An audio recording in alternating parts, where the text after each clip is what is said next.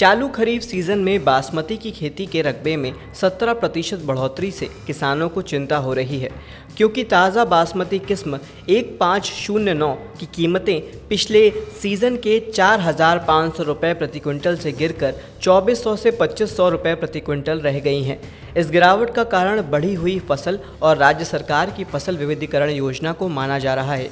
किसानों को अब अपनी फसल की कीमतों को लेकर अनिश्चितता का सामना करना पड़ रहा है, जिससे उनकी आय प्रभावित हो सकती है। केंद्र सरकार ने 4 राज्यों में 60 राशन दुकानों को जन पोषण केंद्र या सार्वजनिक पोषण केंद्रों में परिवर्तित करने के लिए एक पायलट प्रोजेक्ट की शुरुआत की है। इस पहल का उद्देश्य पोषण युक्त भोजन तक लोगों की पहुंच में सुधार करना है। केंद्रीय खाद्य मंत्री प्रहलाद जोशी ने बताया कि कई इलाकों में राशन की दुकानें बहुत कम समय के लिए खुलती हैं, जिससे उनकी प्रभावशीलता कम हो जाती है। इस प्रोजेक्ट के तहत एफपीएस डीलरों के लिए मौजूदा कमीशन संरचना में सुधार करने और दुकानों का अधिक प्रभावी ढंग से उपयोग करने के लिए वैकल्पिक उपायों की ज़रूरत पड़ी है। देश के कई हिस्सों में मानसूनी बारिश के चलते कुछ इलाकों में किसानों की चिंता बढ़ गई है, लेकिन कृषि एवं किसान कल्याण मंत्रालय ने राहत की खबर दी है। मंत्रालय ने मंगलवार को बताया कि चालू खरीफ सीजन के दौरान 20 अगस्त तक धान का रकबा 5.6% बढ़कर 369.05 लाख हेक्टेयर हो गया है। इससे खरीफ फसलों के अंतर्गत कुल कवरेज 1031.56 लाख हेक्टेयर तक पहुंच गया है, जो पिछले साल की तुलना में 2% अधिक है। पिछले साल इसी अवधि में धान का रकबा 349.49 लाख हेक्टेयर था और सभी फसलों का कुल रकबा 1010.52 लाख हेक्टेयर था, जिससे यह एक महत्वपूर्ण वृद्धि है। आईएमडी के अनुसार जम्मू कश्मीर, लद्दाख, हिमाचल प्रदेश और उत्तर प्रदेश में अगले 7 दिनों के दौरान छिटपुट बारिश हो सकती है। साथ ही पंजाब, हरियाणा, चंडीगढ़, दिल्ली में भी हल्की से भारी बारिश की संभावना है। किसानों और स्थानीय निवासियों को सलाह दी गई है कि वे मौसम की स्थिति के अनुसार अपने कार्यों की योजना बनाएं। इससे यात्रा और कृषि गतिविधियों में भी सावधानी बरतने की ज़रूरत होगी।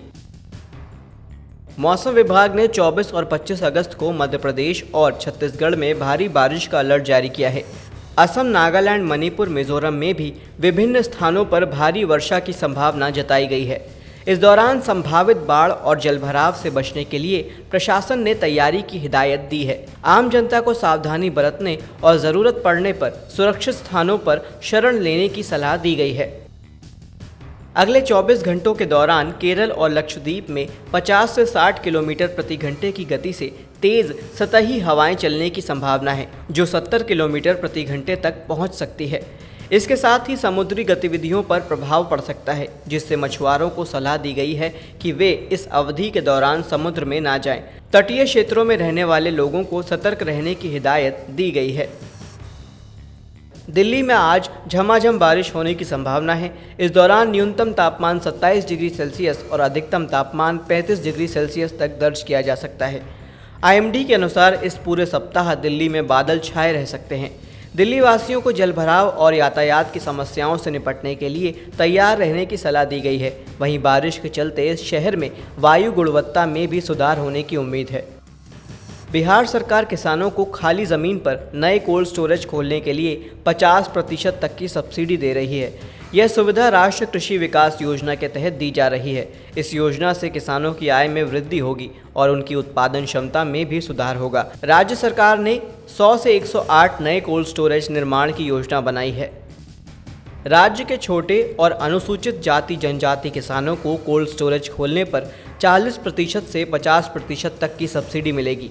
सरकार का लक्ष्य 200 मीट्रिक टन के 46 कोल्ड स्टोरेज बनाना है। इस योजना से किसानों को अपने उत्पादों को लंबे समय तक सुरक्षित रखने में मदद मिलेगी, जिससे वे बाजार में बेहतर कीमतें प्राप्त कर सकेंगे। किसान 31 अगस्त 2024 तक डीबीटी पोर्टल पर ऑनलाइन आवेदन कर सकते हैं। इस योजना में लाभार्थियों का चयन लॉटरी के माध्यम से किया जाएगा और आवेदन के लिए किसान के नाम पर जमाबंदी होनी अनिवार्य है।